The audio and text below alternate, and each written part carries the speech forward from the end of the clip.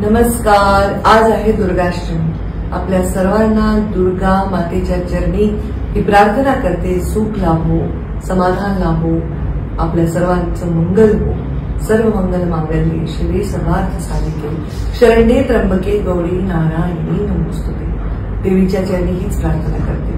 खूप महापूरची परिस्थिती निर्माण झाली. प्रत्येकाचं पीक केलं, घरामध्ये पाणी शिरलं, काही लोकांची जमीन आणि घर देखील वाहून गेलं. डोळ्यांनी ही परिस्थिती मी पाहिलेली आहे आणि त्यांच्यासाठी सुद्धा नक्कीच योग्य निर्णय सरकार घेईल ही सुद्धा मला पूर्ण शाश्वती आहे. आता येत आहे दसरा मेळावा. हा दसरा मेळावा जरी आपण म्हणत असलो तरी हा मेळावा नाही, ही कुठली सभा नाही, ही कुठलं सामाजिक किंवा राजकीय व्यासपीठ नाही. ही आहे परंपरा. जी परंपरा भगवान बाबांनी सुरू केली, ज्या परंपरेमध्ये अनेक लोक सहभागी झाले. आपल्या मुंडे साहेबांनी त्या परंपरेला एका परमोच्च बिंदूपर्यंत केलं.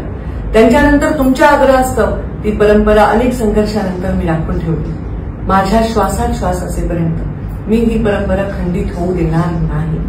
मी भगवान बाबांच्या दर्शनाला येत आहे सावरगाव भक्तीगड येथे आणि भगवान भक्तीगडावर भगवान बाबांच्या चरणी त्यांची पूजा करण्यासाठी, त्यांच्या चरणी त्यांचे आशीर्वाद घेण्यासाठी.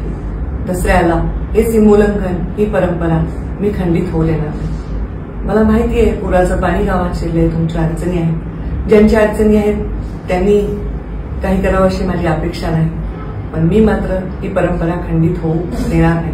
याच्यामध्ये माझा स्वार्थ आहे.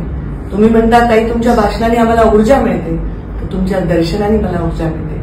तिथे केवळ भगवान बाबांचं दर्शन मला मिळत नाही, तुमच्या विराट रूपाचं दर्शन मिळतं, तुमच्या सगळ्यांचे आशीर्वाद मिळतात आणि वर्षभर संघर्ष करण्याची ऊर्जा मला मिळते. त्यामुळे मी ही परंपरा खंडित होऊ देणार नाही. कोणी मला म्हणालं की हा दसरा मेळावा तुम्ही साधेपणाने करणार का? मला तर हसू आलं. मी म्हटलं ह्याच्यात काय साधेपणा अजून असणार आहे? जमिनीवर बसायला काही अंथरलेलं नसतं तरी लोक मातीत बसतात. वरती आकाशातून ऊन येऊ, पाऊस येऊ, काहीही कुठलंही शेड लावलेलं नसतं तरी लोक तिथं बसतात.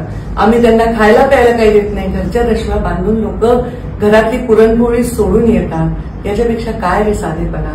हा गरिबांचा, साध्या माणसांचा, 18 पगड जाती जमातीच्या लोकांचा हा ऊर्जा घेण्याचा असा एक संगम आहे. हा सीमोल्लंघनाचा परंपरा आहे. यापेक्षा साधं असं काय असणार?